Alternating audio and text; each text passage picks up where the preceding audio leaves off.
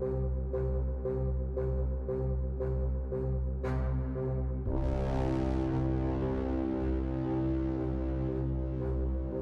have an unidentified flying object.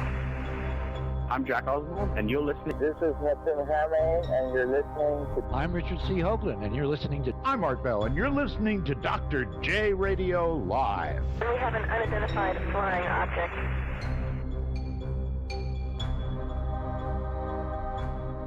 All right, we are back with the legendary author, the architect of the ancient alien theory, and may I add, the best-selling author of millions and millions and millions of books, totaling over 40. Actually, one that they just sent me right now, which was published in 2014, but that is nothing in comparison to the movie and the documentary and even a theme park that was named after his first book, Chariots of the Gods. Everybody knows that name, and everybody knows who's associated with it. That happens to be my good friend and a person who you've seen and heard on the show very many times, Erich von Daniken. Erich, my friend, welcome back. Well, it's a pleasure to talk to you. It's always a pleasure to talk to you. Well, listen, I haven't talked to you since November, right before, Christmas time, a couple weeks before Christmas. And then, of course, we had, all of 2016 until we talked to you now. Oh, what have you done since? Oh, God, I'm always traveling. At the moment, I'm at home in Switzerland. I'm writing a new book. This will be book number 40, so 40. But in the meantime, I was, of course, in Egypt. I was in Greece. Greece, I just had some speeches at some men's club like Rotary and Lions Club. And in Egypt, I was under the pyramid again because they discovered a new shaft with a new room down there. Can you go back to Greece? This is what interests me so much because I'm going to ask you some questions about that book in a second. What did you say? You spoke at the Rotary Club, and what was the else? The Lions Club? No, it was the Rotary in Athens. The Rotary. And yes. So they invited you to speak as a lecturer. I'm assuming it was a... Yes, exactly, yes. It was a big evening. We're about 800 people. Excellent. Now, what about this big shaft you found that you said that they found it? Was it, I believe, in Egypt, you said? Yes, you see, some 3 years ago, they discovered under the pyramid a lake. It's a small lake, a creek with water, and inside the water was a sarcophagus. I was there. I filmed and photographed the sarcophagus in the water. Now, in the meantime, they have pumped out the water because they were looking for more shafts. You see, this sarcophagus, which is down under the pyramid, is bigger than the shaft which leads down to the subterranean hole. So because the sarcophagus is bigger, there must be another entry. So they were looking now, where is another entry? Deep beneath the pyramid, by the way. I'm talking about 52 meters under the pyramid in the rock.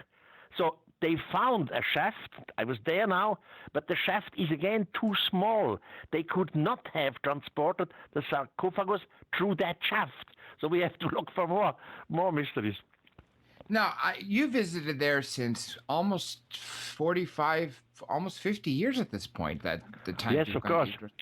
And each time they're making new discoveries. I mean, obviously, the people that believe that we have been visited thousands of years ago have risen drastically. All right, and a large part because of you. I mean, there's been series created because of you.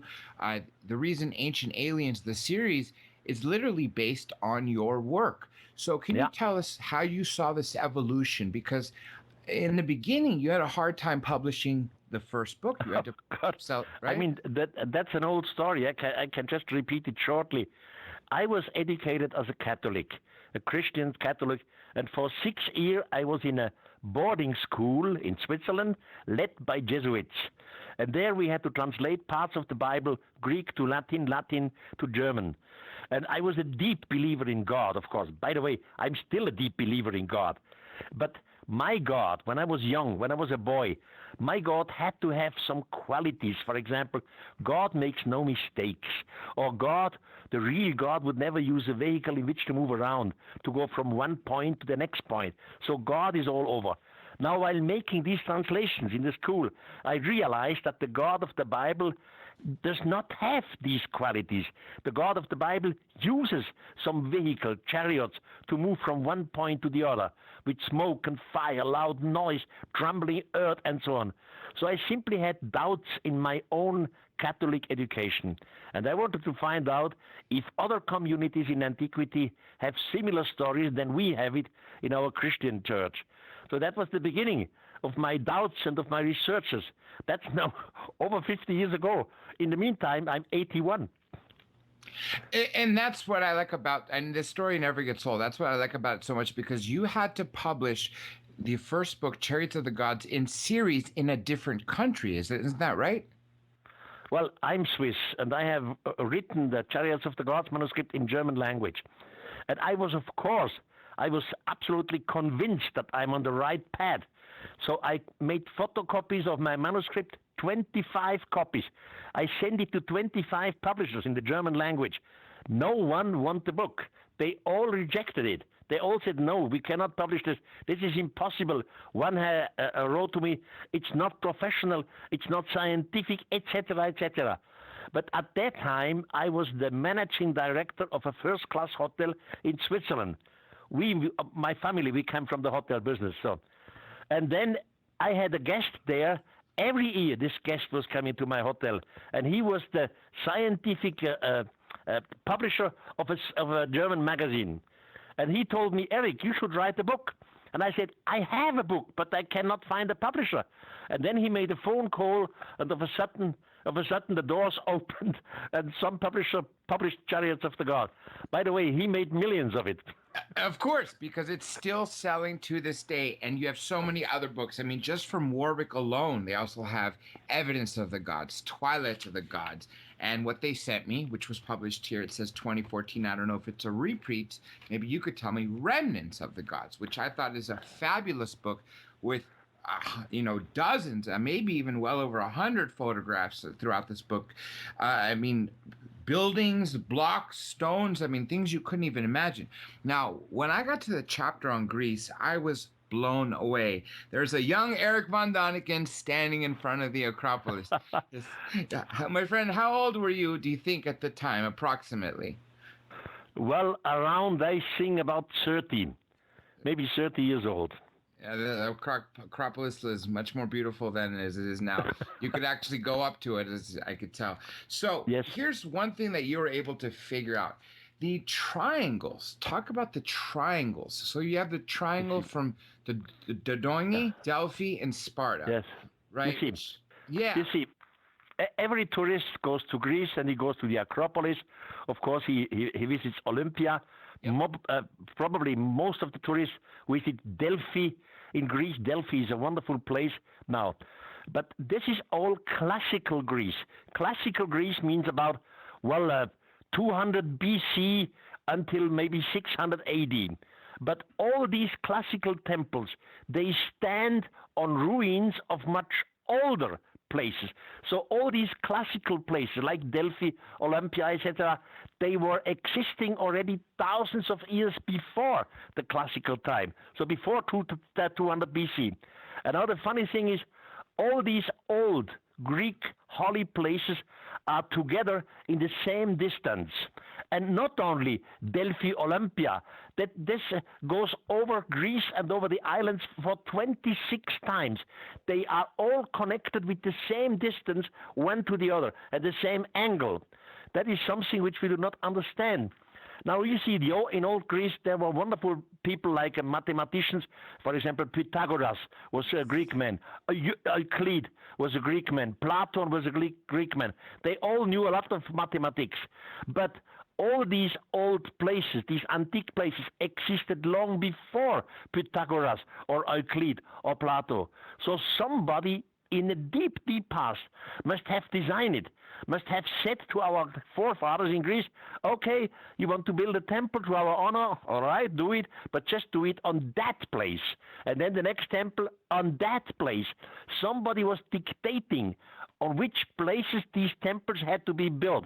And that somebody knew, of course, that thousands and thousands of years later in the future, we, our generation, we would measure our countries from the air and we would realize what's going on here.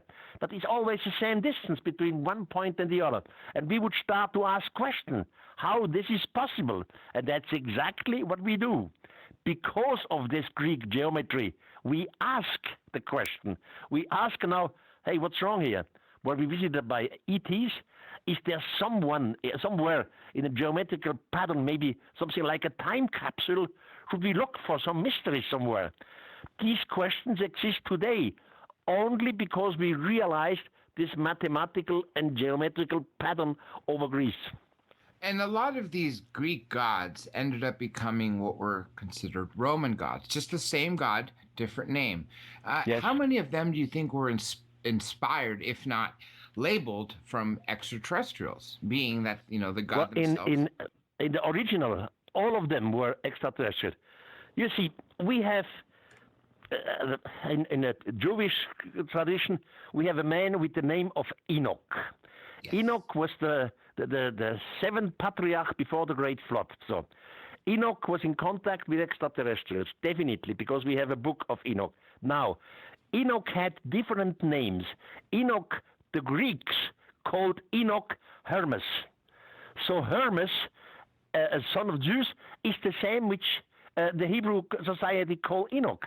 So you always have different names, Jupiter or Zeus. It's the same again. That's right. Now in Greece, for example, the most holy place was Delphi. Delphi was the place of Apollon, but Apollon is the son of Zeus again.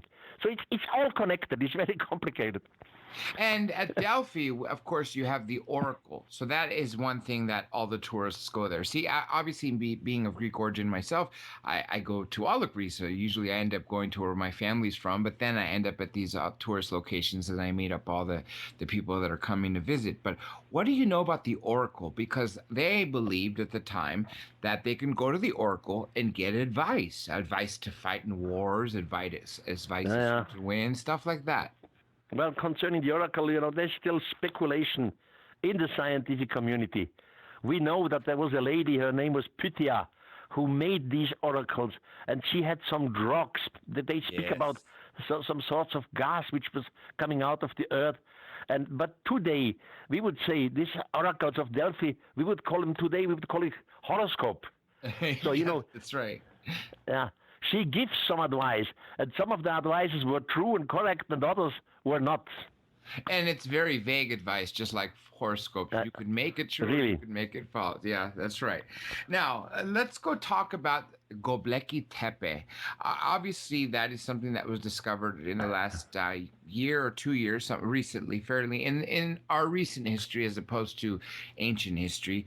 And that has predated a lot of what the mainstream scientists thought was old, but yet it was a big shock for them because a lot of them won't even accept it. What do you know about it from behind the scenes? You see, according to our normal archaeological knowledge, the Great Pyramid of Egypt is one of the oldest monuments, constructed, they say, about 2500 BC.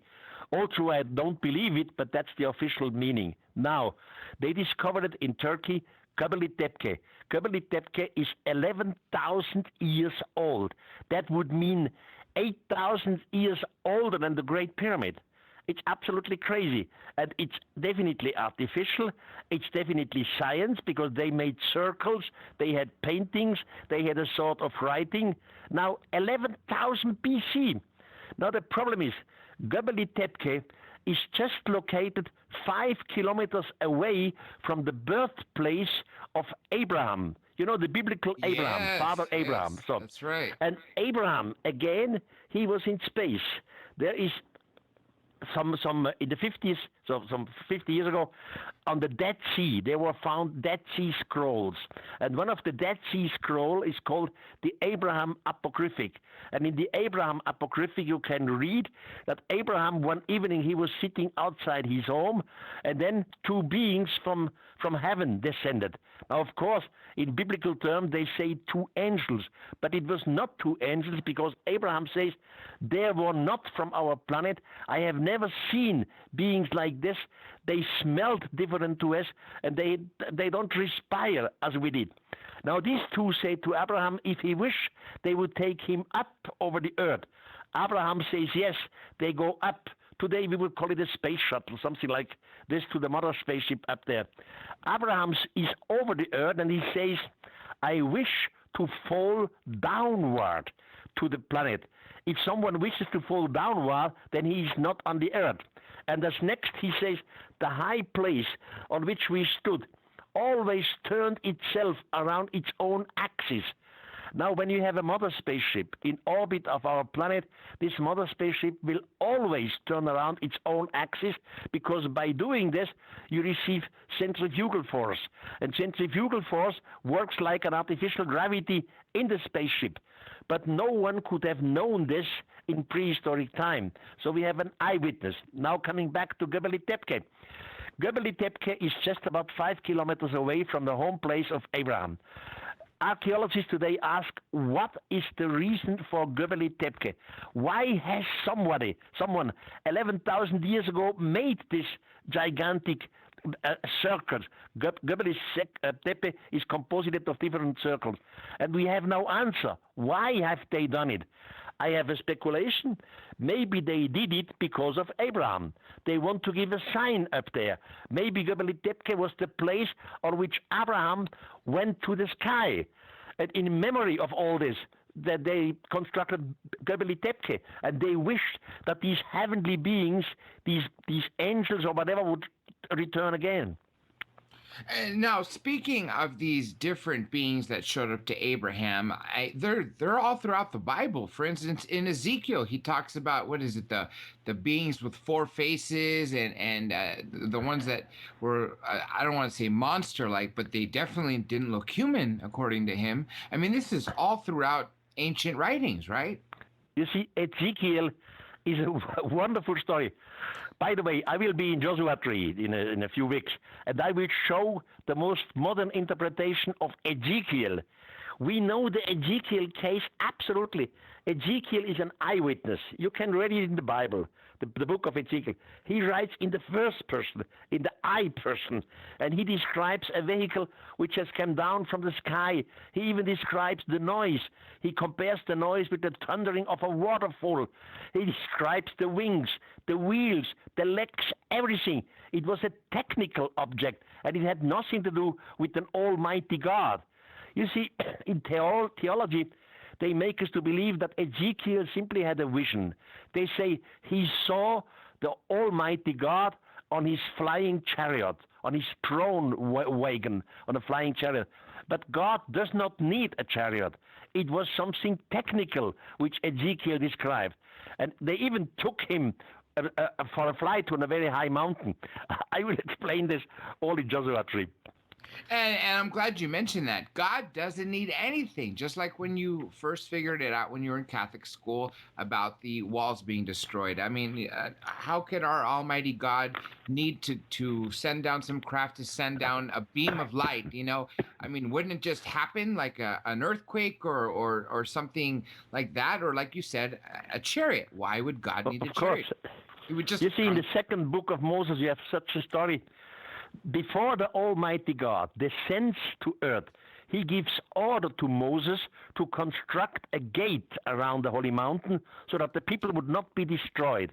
So Moses constructs a gate, the Israelites are in a far distance, and then God descends on the mountain with smoke, fire, trembling, loud noise. In the Bible, they even say the mountain looked like a furnace. So it was very hot, burning. Now, I'm a deep believer in God.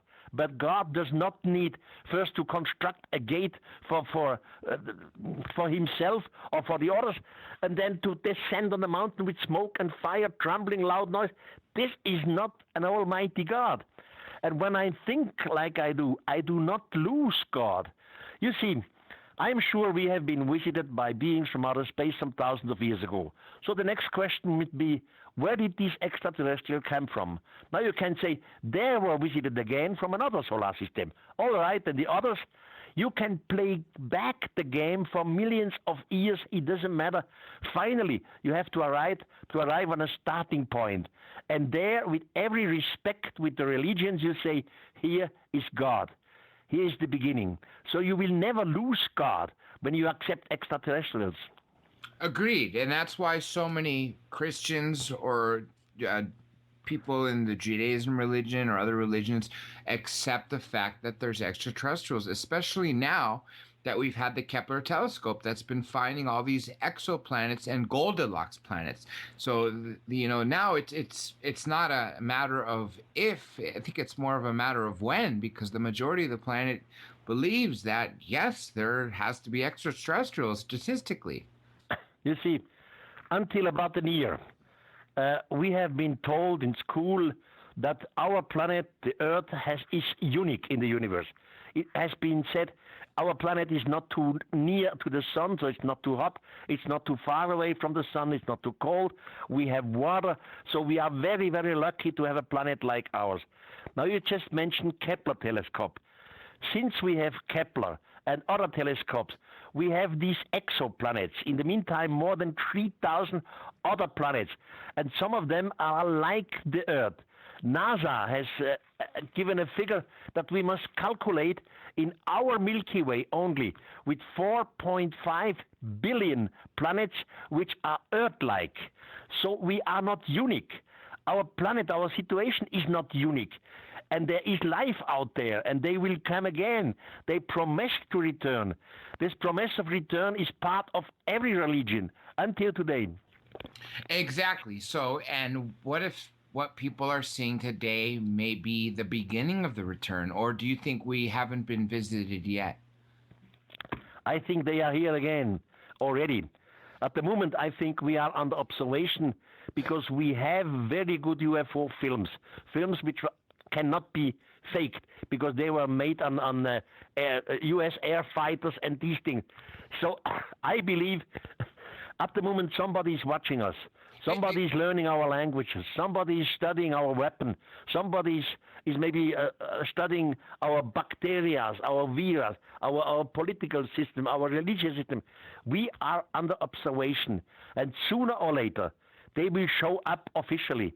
And then we have what I call the shock for the humans, the shock of the gods, because we are not prepared. That's why I think it's important to talk about these things.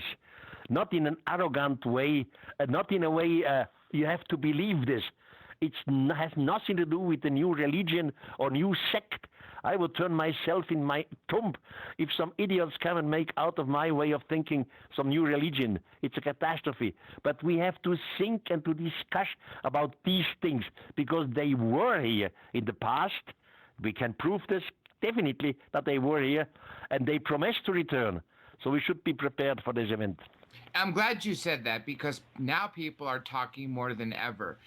And as you said, there's U.S. Air Force pilots that have caught this. I just interviewed the other day on stage. I spoke with U.S. Air Force Colonel Charles Halt and the United Kingdom Ministry of Defense employee Nick Pope about the Rendlesham Forest incident in 1980. And yes, I know him. I know Nick Pope and know the story. Yeah, very, very nice guy, isn't he? And nonetheless, these are just some very, very credible people. Another good person, a great friend of ours, who's not a direct witness, but because of his power, has known a lot of people who can confirm a lot of the stories, is the former Defense Minister of Canada, Paul Hellyer. Yes, I heard about that story too. Fascinating. Yeah, isn't it? It's so great, It's unfortunately he's 93, almost 93, so we have to do our best to keep him as alive as we can. But nonetheless, it's just so much evidence out there. We even have NASA videotape and audio tape of them being observed, of them catching like aircraft or spacecraft in the sky. So you're right. It's not a matter of when are they going to come back or if they're going to come back. It's a matter of when are they going to fully be here because they're already observing us. And let me say one more thing to you. A lot of people speculate that the observance more recently, because they've been coming, every 150 or 100 years, whatever it be, began a lot more since we detonated the nuclear bombs in 1945. Do you agree with that? Yeah. Yes, I agree with that. That's obviously they must have a possibility to measure from a far distance what we do on our planet. So the atomic bomb, it must have been measured by them. They knew how advanced our technology is. And by the way, I knew personally very, very good the American astronaut Ed Mitchell. Yes. And we had long discussions just on the four eyes. And Ed, he just died a few months ago. He told me that he knows for sure that UFOs are a reality. So that's right. These men know what they are talking about. He's been on our show 11 times, and we have 3 recordings we haven't released of him. And he talked about alien bases on the moon that he hasn't seen, that he knows are there. He also talked about that when he was in Roswell as a high school student, he knew something happened, but when he came back as an Apollo 14 international hero, Dr. Edgar Mitchell, went back to his high school. Everybody in Roswell came to him, even from the military, and told him their story. And other people even alleged they spoke to him and they saw pictures that he had of him holding artifacts. But the point is, he confirmed 100% whatever happened in Roswell was in fact true. What do you think about that? Has he told you that story? Well, for decades, I was a very, very great skeptic against Roswell. I thought this is all just a story made up by UFO believers and so on.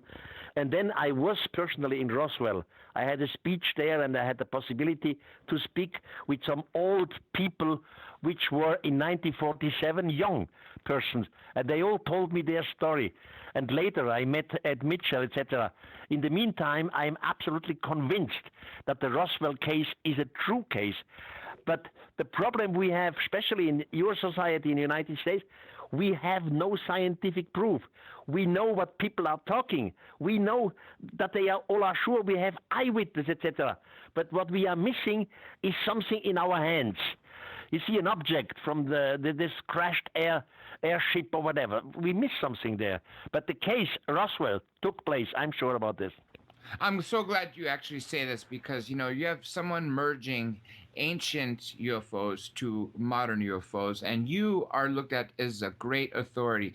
And speaking of great authorities, you've inspired millions upon millions millions of people to follow into your research. So on the top of your head, can you name some people that you think have done some of the best research following what you started? Well, we have in the United States Zachariah Sitchin. He has published several books about the extraterrestrial in the past. Zachariah and I, we were good friends. He died. Of course, we have only in the German and in the Brazilian world, we have so many authors who write about the same topic as I do. In the meantime, we have about 100 authors. They all are independent, but they all find out new information, new indications, which all prove we were visited by beings from outer space. Of course, I always meet some high personalities in science or in politics, but we cannot speak about this because they don't want it. Exactly. Yeah. I'm starting to think they don't want it because of the technology. One of the guests made that very clear. He said, I don't think it's that people are too scared as maybe they were 50, 70, 100 years ago, whatever it may be. But now I think more people will accept it because of everything they've seen and heard, the stories from other people and what they've seen on TV, because there's been less of those violent invasion of the Earth sort of movies as there were showing nice cuddly aliens like the movie E.T. The point I'm trying to get at is I think less people are scared if we were to find out that we're being visited than before. So one of the researchers said on our show that it's not about the shock factor so much as it used to be, but it's more about the technology, because the governments want to keep the technology so we can continue to pay for electricity and fossil fuels, things that these craft may be using for free. I mean, because we don't know what they use unless we have one. Of course. And of course we have one.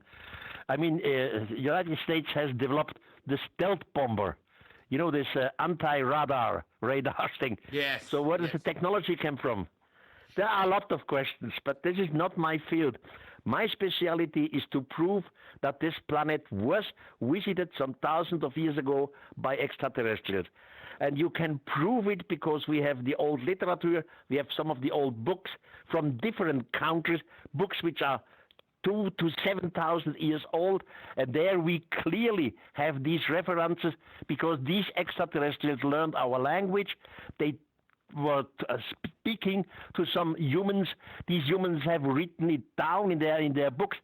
Look, just an example. Enoch, I just mentioned before. Enoch in the Bible is just mentioned as the first human who has left our planet in a fiery chariot. But Enoch was the author of a book. This book was found in an old library in Ethiopia. Now, Enoch is up there. He learns the language of the extraterrestrials. And then they teach him. One of the teachers says to Enoch, "Human, look out the window. Do you see this little light out there? You humans, you call it moon. But the moon has no light by itself. The moon receives his light from the sun." And then he explained him the different phases of the moon. You see, why is the moon sometimes not visible? Why is it full? Why is it half, etc. Then he explains him the stars. He explains that the stars are like our sun in different distances, etc. He explains him the calendar, that our planet is surrounding the sun in 365 days plus leak hours, etc., etc. So this is scientific information. This has nothing to do with just natural phenomenon like a storm or the lightning or earthquake. Lightning, earthquake, natural phenomena do not give scientific information. And Enoch and many others have received scientific information. And this before the Great Flood, so in Stone Age time. So you clearly can prove that we had visitors from outer space, and they were the teachers of young humanity. And that's why every culture talks about teachers from, the heavens, which meant the skies. And I'm glad you brought that up. To know why the moon is in different, either a crescent or half moon or full moon. You only know by knowing that the sun is causing the earth to cast a shadow on the moon. Exactly. How else would you know about stars being like our sun? Because at the time, some people thought the earth was square, and things like that. So the only way you could take a look at that would be to maybe get in a ship and go high up, or someone who's been around to teach you. Exactly. It was scientific information. And Enoch is only one example. We have many other examples in other holy writings from old India, etc. I really know what I'm talking about because I have published 40 books on the subject. Let's talk about your current book a little bit. What's the topic on this one? What's it called? Well, I'm just working now on a book, and this will be on the German market only in October this year. It will take probably another year before it's in the United States. And it has a lot to do, again, with mythologies. So many mythologies worldwide have never been looked for extraterrestrials. And I have done this. I have studied now for years mythologies from all over the world. And they always speak about these teachers from heaven, these beings who have come down, who helped them. Some of their leaders of the humans were taken up to the sky, etc., etc. You see, in Central Africa, there is a tribe, a black tribe called the Dogon. And these Dogon, seen from a technical point of view, they are primitive, but they have a wonderful culture. These Dogon, they know exactly that our bright shining star Sirius is surrounded by an invisible twin, and they call this invisible twin Nomo. And they know how long this invisible twin takes to surround the bright shining Sirius. So in astronomy, we call the bright shining Sirius Sirius A. And the invisible twin, which is a white dwarf, we call Sirius B. You need a very, very powerful telescope to see Sirius B. It was detected only in about 35 years ago. Now, this tribe, Dogon in Mali, they know about Sirius B, they know its time, they know its eclipse and everything. And where did they know it from? from a god which told it to them. So this is astronomical information. The tribe could never have found out by itself about Sirius B. So and that's what I'm doing in the new book. I'm checking all these mythologies and looking what they knew.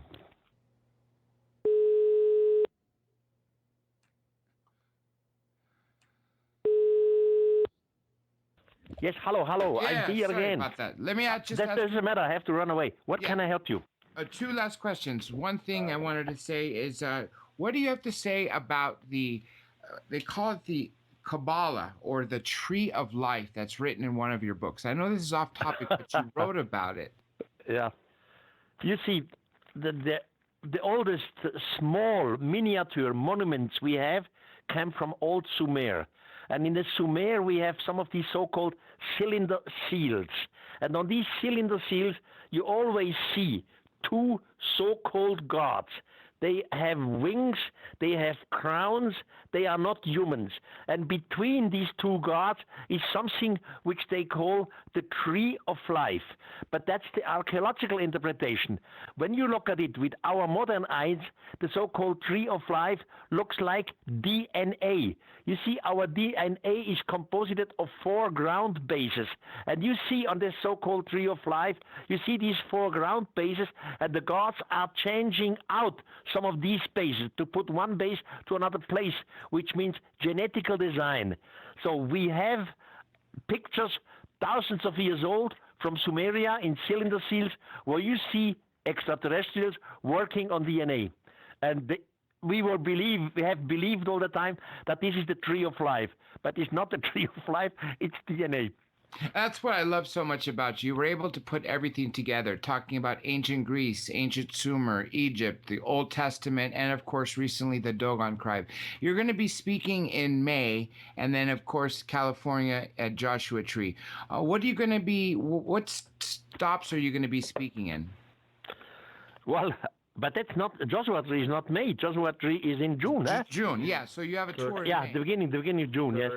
You see, as I said, I have big topics. I think I have at least 2 speeches and some workshops.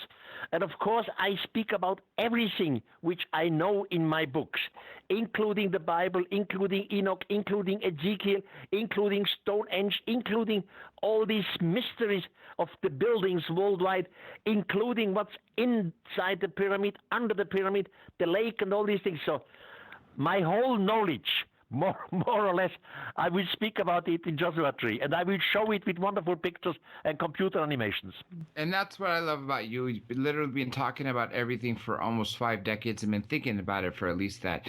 Erich von Daniken, it's been such a pleasure. If you could hang by for 1 second. If you give one final message to everybody listening from all over the world, this is an international radio show, what would you say to everybody?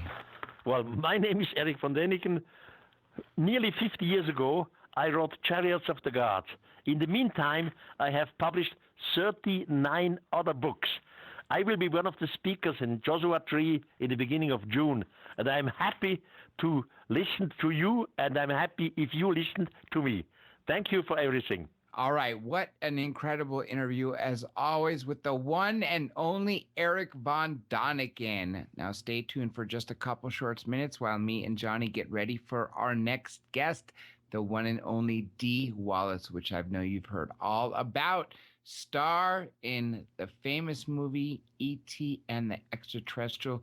Don't forget, you can see this and hear this incredible show on YouTube after at, of course, youtube.com/Dr. J Radio Live. That's DRJ Radio Live. Stay tuned. We'll be right back.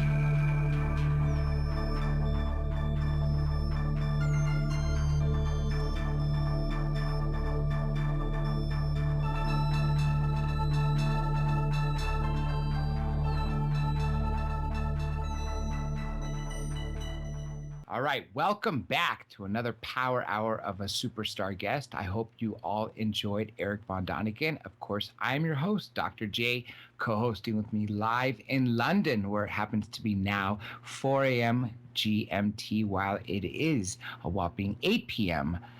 Pacific time here in California. And of course, you are listening to Dr. J Radio Live. Now, you've been hearing about this guest for quite some time, and I am truly astounded and honored to have her on while catching her on in this very short window between movie shoots. Now, many of you know her because of her work being an actress in the infamous and worldwide famous blockbuster E.T. the Extraterrestrial, done by Steven Spielberg in 1982, coming up on its 35 years anniversary. But what you don't know, many of you may not know, is that Dee Walace is also a philanthropist, a channeler, a healer. She's authored 5 books. She also does a radio host and hosts monthly webinars, as well as creation events and other healing events, and just so much more. So without further ado, I would like to bring in our one and only guest, Miss Dee Walace, to the show. Dee, welcome to the show. Well, it's so very nice to be here. Thank you. Let me say this to you. You might have heard this rumor before. When E.T. the Extraterrestrial was aired by Steven Spielberg in the White House during the Ronald Reagan presidency, Ronald Reagan leaned over into Spielberg's ears and said, again, mind you, this is just a rumor, we can't substantiate it, said, you have no idea how few people, only 5 people in this room know exactly how much of this is true. And that rumor has been going around for decades. Have you ever heard of that? No. Meaning that people don't know that this is really true, that we've been visited by aliens? That's Steven Spielberg was told by President Ronald Reagan that Steven Spielberg had no idea how true this movie actually was to reality. Yes, referring to the fact that we have been visited by aliens. Yes, or I'm wondering if possibly they caught one. Now, you know, I have no idea, but nonetheless, it was a fascinating story because you got to see the evolution of Spielberg's mind. First of all, he had Close Encounters of the Third Kind. Again, he showed them as lovely aliens where we can get along with them, space brothers, as some people would call them. And then, of course, in E.T. the Extraterrestrial, which you starred in, we had, the little E.T. or the Goblin or whatever, Elliot called him. And he was shown as a warm, fuzzy character who ended up growing on a life of his own to be loved by the audience and so kind. And he was using light to heal. And I just thought that was so amazing because the direction of Steven Spielberg, unlike other movie directors, such as Independence Day, where it was just, aliens are coming, destroy this earth, that was shown from a different angle. And so let's bring you back to when you were asked to do the movie, and did you even believe in life visiting us? Oh, absolutely. I have no doubt that we've been and are being visited by extraterrestrials. I worked a lot with Dolores Cannon, who has written extensive books. We just lost her this last year, but she is one of the top past life regressionists in the world, and she accumulated all kinds of stories about people that had encounters with extraterrestrials, and the fact that they were here to help us and they were here to support and guide us, but they could not interfere with our outcome. That was up to us. I'm glad you brought that up because that's one of the main themes that you hear from so many people that are having encounters and researchers, that these extraterrestrials belong to some galactic federation, if that's what you want to call it, that are not allowed to interfere with our evolvement. Yeah. I think that's what the greatest part is, the fact that they can't interfere with our evolution and we have to come into being ourselves. Yes, we're here on this plane to learn how to work with energy and manifest out of energy through our thoughts and our intentions and our choices, basically. So for anybody to interfere with that is not allowing us our own evolution. I'm glad you brought up manifestation because that's a big theme. A lot of guests I've been here talking about this in many levels. As a matter of fact, who sadly passed away as well. Dolores Cannon was a great one, but we also recently lost Dr. Edgar Mitchell, who done record 11 interviews with us, but 3 more that we hadn't released yet, which we will do so at a proper time. And he had some occurrence on the way back from the moon where he was able to see Earth, the moon, and the sun in the same plane or vision in his eyes, meaning that in the same spectrum. And so he had this effect of being small, yet the world being so big and the universe being so big. But he came back and founded an institute on consciousness. And that goes along with what a lot of people have been talking about recently about manifestation, how you can manifest anything you want. So how did you come about into learning this? Oh, when I was a little girl, I used to hear voices. Now, I didn't know I was channeling. I just thought it was my imagination. And then the older I got, the more I kind of put that away and didn't pay any attention to it and didn't focus on it. And science will tell you whatever you focus on increases and what you don't focus on goes away. So it went away for a while. When my husband of 18 years died from a heart attack suddenly, I kind of dropped to my knees and said, I want a way we can all heal ourselves because I didn't want to be in the pain that I was in. And within seconds, and funny that you brought up E.T. Healing with Light, my first message when my channel opened up again was use the light within you to heal yourself. So, and then if you bring science into that, you see, we know that everything is light, and light is lowered into manifestation by focus and thought. So I have a passion for bringing science and religion and spirituality together because I think we're really all saying the same thing. We just, in the past, were not educated enough to be taught it through science, and so we had to be taught it through metaphors and stories and passings down, if you were, whether it's biblical or Native American stories around the fire or whatever. The same messages are coming through everywhere, that what you think and focus on and hold with a feeling manifests for you in the quickest way. Johnny's got a question in the UK. Go ahead, Johnny. Yeah, hi. Dee, you said earlier that you heard voices as a child. What were they saying to you at that time as a child? Well, I would hear things like, help me, could you help me? And I didn't have any fear about that. So I would say, well, what do you need? Well, can you help me leave?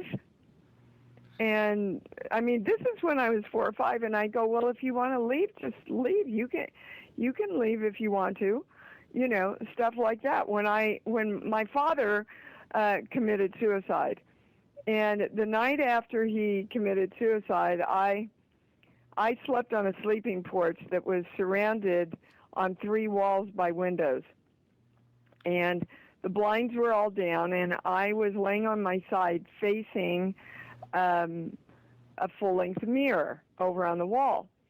And I saw this light in the mirror, and I went, where the heck is that coming from? All the blinds are down, right? I was a junior in high school. And the light left the mirror and started hovering in the middle of the room. And what I heard, not the way you're hearing me, but what I heard vibrationally, I knew it was my dad. And he said, I know you're going to take this on as your responsibility. It wasn't your responsibility. It was my choice. I'm in a better place. I'm free now. I want you to live your life and be happy. Go create. And then the light went back into the mirror and disappeared. Why I know that was real was because I had no fear around it. It wasn't like a boogeyman in the closet or, oh my God, what is this light? I should be afraid. There was a real peacefulness around it. And what sounds like, Dee, is that what you were getting from that was even in death and the so-called taboo of death, of suicide and things, is that you still felt that his energy was in a loving state and that it wasn't the be-all and end-all. There is something more after life. Is that right? Well, absolutely. And I know from working with thousands of clients now and working with people that have passed over, through John Edward. I've talked to my dad. I've talked to my husband after they've passed on. And everything just goes back into love. It goes back into a neutral energy of love. And so here we are in embodiment. If we can, which is of course Christ's teaching and Buddha's teaching and all the great masters, if while you're embodiment you can find that expression of love, that experience of love within yourself and live that, then you can manifest just about anything. Now, this occurred to you 20 years ago or so, aside from when you were having hearing things when you were a child. I'm talking about the healing from the loss of your husband, which obviously is very sad indeed. But to know that he's still there on the other side, full of love, is an amazing thing, especially to make that realization. Now, when did you become active in letting the world know that love is the answer and that you have these abilities? Well, during this time, I owned one of the largest acting studios in LA. And I had been working with energy on a physical level for some time earlier in my life, trying to get pregnant. And I had worked with an acupuncturist, and that led me to kinesiology and muscle testing. And so I used a lot of muscle testing in my acting studio. But as soon as I said, I want a way we can heal ourselves, and I got that message, use the light within you to heal yourself, I started extrapolating messages while people were doing their scenes and kind of reading energy. Somebody would come in to audit that I'd never met before, and they'd be 4 lines into a scene, and I went, whoa, why are you pulling back from this scene? It has something to do with your dad. And they'd burst into tears, and we would get to the core of sometimes what had been driving them their whole lives. Well, lives started to change, and then they wanted me to work for their families, and their families wanted me to do some work for their friends. And here I am, 25 years later doing private sessions all across the world on a daily basis when I'm not acting. So it just keeps expanding. I just did a huge, incredible 2-hour teleseminar, webinar 2 nights ago on the creation and manifestation process. Because I said, look, I want it on one page. Give me one page of what we have to do. And bottom line, all of the things that they gave me were what we need to do to integrate ourselves. And until all of us are integrated toward one choice and one focus, we're literally arguing and fighting ourselves. For example, I want more money. That's what part of us thinks all of us is claiming. But on the other hand, there are those childhood messages. Well, we're the good people. They're the ones that have the money. Or money's the root of all evil. Or, ooh, don't pick that dirty money up. Or a myriad, right, of commentaries and perceptions and belief systems that we have about making a lot of money. People with a lot of money are the people that run the world, maybe, but they're also the assholes. That's pretty much what our message is, unless we come from having money, right? So if you have any conflicting beliefs going on with you, you're not integrated toward what you want, and that is the biggest challenge in the creation process. One thing about people with money, this is a couple of things. First of all, the hedonic lifestyle. So once you get, say, $50 billion, you're going to become accustomed to that. So that won't buy you love and happiness.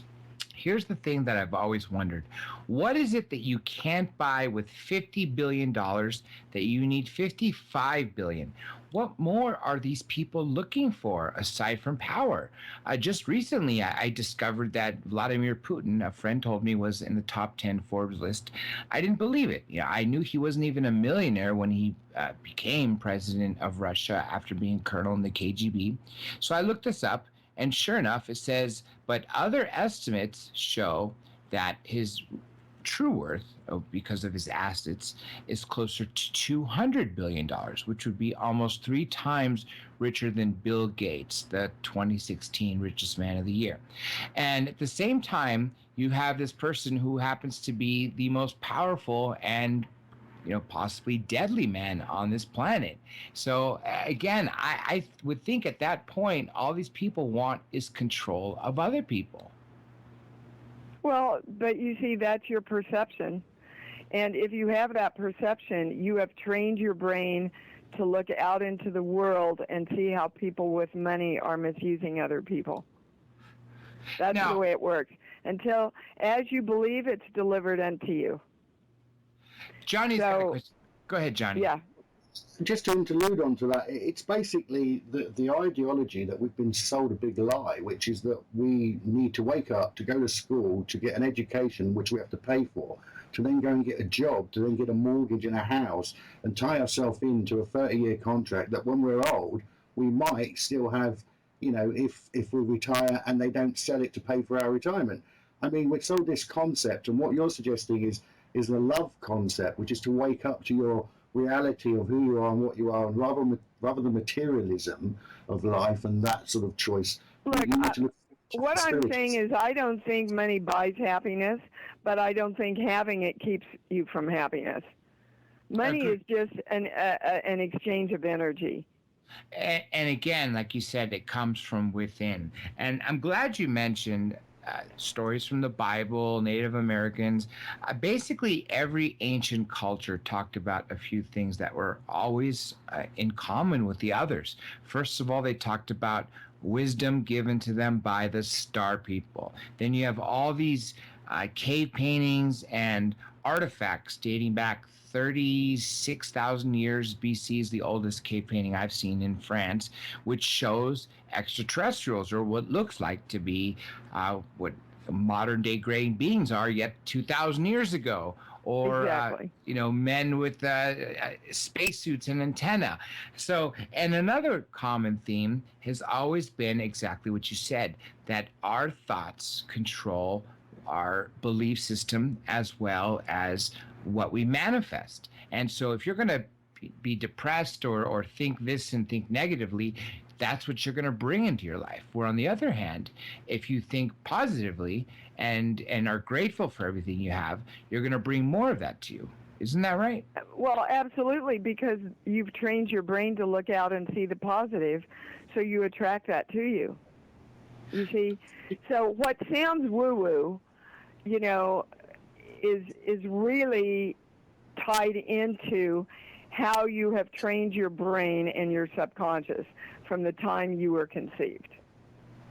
And most people don't understand and know that how we value ourselves and how we see ourselves in the world and how we see the world loving and accepting us and acknowledging us, that's all done by the time you're 18 months to 4 years old. That part of your brain is in place by then. That's right. And there's someone that we interview quite often. His name is Shannon Panzo, and he teaches a course on photographic memory. And that's what it's sold as. But he used Dr. Edgar Mitchell, the sixth man on the moon from the Apollo 14 astronaut, as his spokesperson. And so I said, wait a minute, I'm just not going to take this at face value. I'm going to call up good old Ed and ask him, hey, what is this true? And he said, absolutely, everything about it. And when you actually read the comments from these people, even though it's sold as a photographic memory course, they talk about so much more, such as manifesting things in their life, such as the ability to contact extra dimensional beings or have experiences that that would be labeled telepathic or even with telekinesis. And I think there's just so much more to our brain that is connected to our soul that we're led to believe. We've actually, I think, been led to think that we can't understand it and we can't know it. And I think most of our history supports the fact that the average man just wasn't ready to hear all the stuff that we're doing that affects our brain. A lot of the information's coming out now. But basically, so let's take as you believe it's delivered to you. That's a biblical saying, right? There's also a place in the Bible, think on love, think on peace, think on whatever it is he lists. Think only on these things, right? Because that trains your brain to see the world through rose-colored glasses. And when your brain sees the world through rose-colored glasses, that creates the reality of living in a rose-colored world. So it's really the Matrix. If you watch the movie The Matrix, they got it so close. It's like pick a door, any door. You can have any experience and reality you want in this world. But it's up to you to decide and choose what you want to believe to get that reality.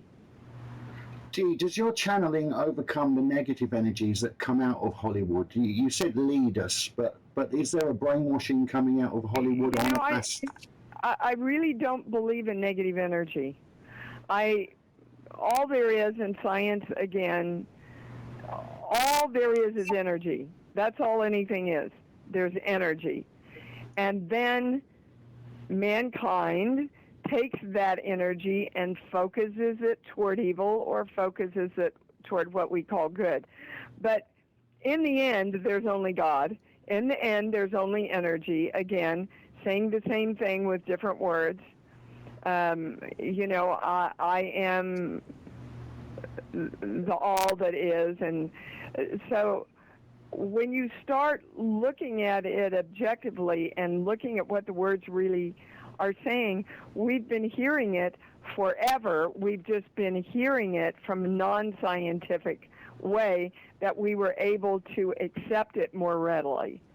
So I believe that energy can be taken and directed, as Hitler did, toward what we call evil. Yes, but energy itself is neutral. It's just energy.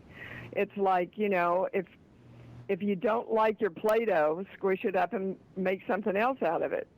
That's how energy works. If you don't like your life, look at the belief systems that are running your brain, that are creating the life that you're living, and change it. You can do that. They're proving it all the time that you can do that. That's why, Dee, I asked you, what you're saying to us. And what I put back to you is that Hollywood is there controlling our thoughts, making us, giving us this attitude, this future, this events to come. Do you feel that you're saying that then that the self can overcome that still, and we should be able to use our own instinctive... I think Hollywood gives you a choice of everything. There are beautiful movies like Field of Dreams. Build it and they'll come. There's beautiful movies like E.T. And then there's garbage like Independence Day that puts us into fear.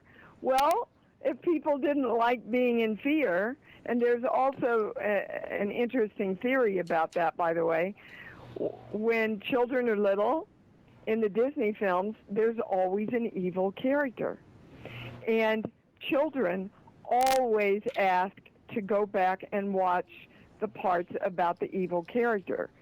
And psychologists believe that it's because they are practicing in a safe way.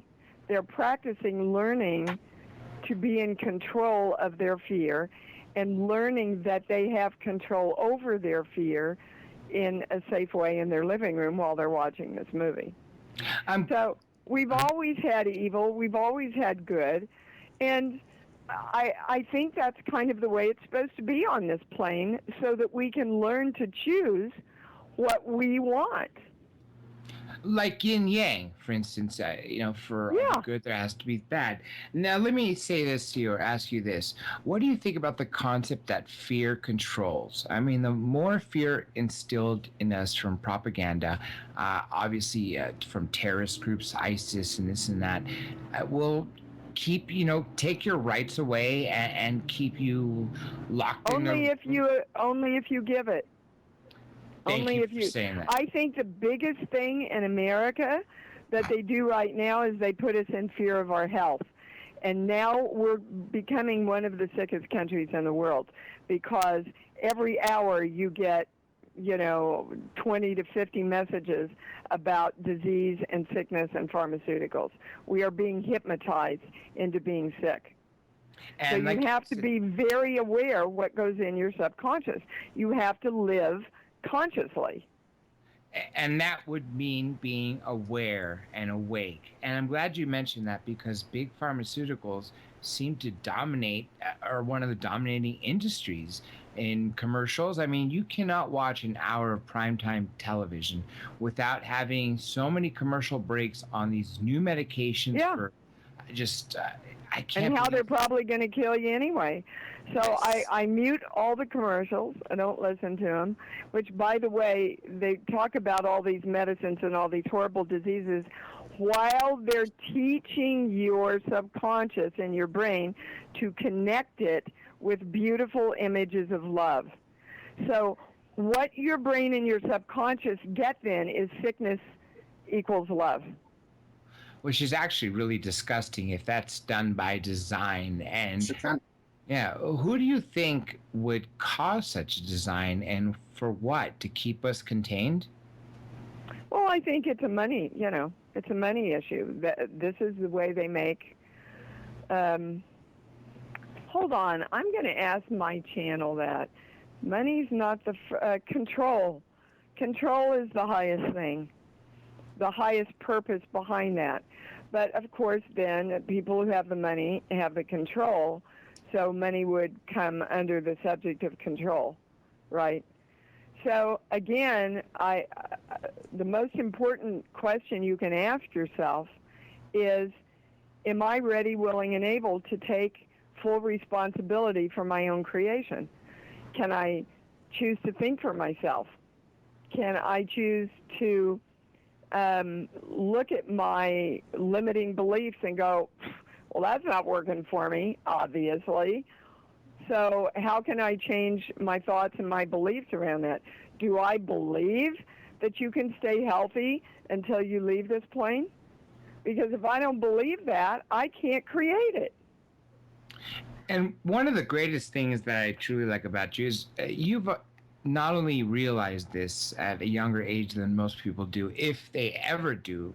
A lot of people stay in this sort of matrix of wake up, go to work, be stressed out about your bills, come home, argue over the bills, sleep, and repeat. And because of your status of an author, a channeler, and of course, an internationally renowned actress, you've had the platform already to speak these messages of love that a lot of people have to work their way up. Now, let me ask you this. When did you start doing this? You said 20 years ago. When did you actively start teaching people about this? Probably 25 to 30 years ago in my acting studio. A lot of my work, the core of my work, was developed in the acting studio. And then it just, someone called into my radio show and said, I want to know when we're there. When are we going to get there? And the answer from the channel is there is no there. It's continual expansion of understanding and learning and knowledge. That's what God is. It's just a continual exploration into itself. And I love that. Because so many of us are taught, well, I got to get there, I got to do what's right, I got to make enough money, and so you go back to the thing that we've all heard a lot. It's not where you're getting to, it's the journey. The journey is important. Are you happy? Are you feeling good? Are you along the journey of the ride? Is everything happy and in love for you? So if we can all hold ourselves each in that moment all the time, then we wouldn't be focusing so much on the future, which brings a lot of fear to most of us. Johnny in London, fortunately for him being awake at this time, has another question for you. Go ahead, Johnny. Good evening, Dee. A lot of Christians would say that you channeling is a sort of form of divination, and it's not really supposed to be doing. And a lot of people are frightened through Christian beliefs that divination and talking to spirits or jinn or devils or demons or whatever one wants to describe them as, aliens. What does your channel? What does it tell you is the difference between God's work, the Lord, aliens? That's who I channel. I channel God, and my definition of God is all thought and all possibility and all creation. And everyone that channels with the highest intention of love, which I always set for myself, will tell you that the information's open to anybody. You're just reaching up and grabbing information that the universe has, that everyone can discern if they ask. That's what ask and ye receive means. Now, I don't know how they can read the Bible and read about all of these amazing people in the Bible that saw God and saw Christ and saw images and talked to burning bushes and all that, and say that if you talk to the energy of all that is, no matter what term you put on it, that can be a negative or an evil thing, right? So again, as you believe, it's delivered to you. So people who believe in evil and, oh my God, I'm going to go to hell if I, explore this or anything, that's the reality they live in. That's the fear they live in, right? So, God and Christ said, these things and more will you do also. And yet we have fought them from a religious point of view because the people, the politicians who were in bed in the early years with all of the head of the churches said, oh, no. We're not going to tell them that because we've got to be the ones in power. We've got to be the ones that rule the world. And in that way, it wasn't money so much that was the downfall of man. It was man knowing the truth and not sharing it. I know we've got to wind down, so I'm going to ask you a few more things. Of course, you mentioned some of the greatest messages you've received, which I think are by far the most profound of what each human should live by. But can you tell us some other messages that you received that are extremely profound that the rest of the world needs to hear? Well, the biggest message that they keep hammering me with is self-love. And just so incredibly important that we return to the experience of loving ourselves. We are taught from the time we are born that once we start becoming old enough to really deal with the world, we are taught to give ourselves up, that it's self-righteous and selfish to love ourselves. The world is not going to condone that. God is not going to condone that. And yet, we're made in the image of likeness of God, and the first thing that we're taught is God is love. Now, and yet all of our teachers say, oh, yeah, but don't love yourself. Well, it just doesn't even make sense. It doesn't make sense that the deity that represents love itself would say, do not love yourself. It's crazy. It doesn't even make any sense to me. So the biggest message to everybody is to love yourself and get all of you on board with loving yourself and integrate yourself toward loving yourself enough to give you what you want. And then learn how to use energy and focus energy through your thoughts and your beliefs and your feelings so that you actually learn how to create.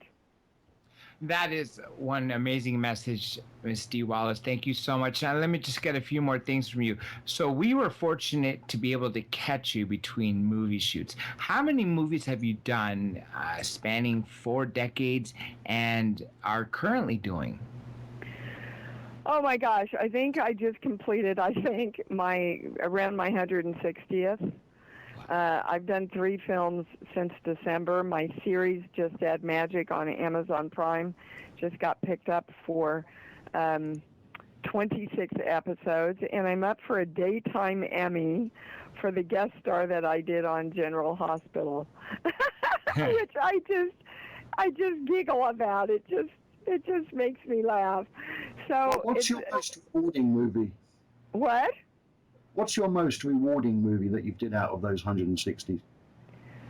Well, I think my best-known movie, of course, is E.T. the Extraterrestrial. The movie that I'm proudest of my work in is Cujo. Yes. I believe another not Steven Spielberg, Stephen King. Stephen King. Yes. He's a fascinating author and screenwriter, or is...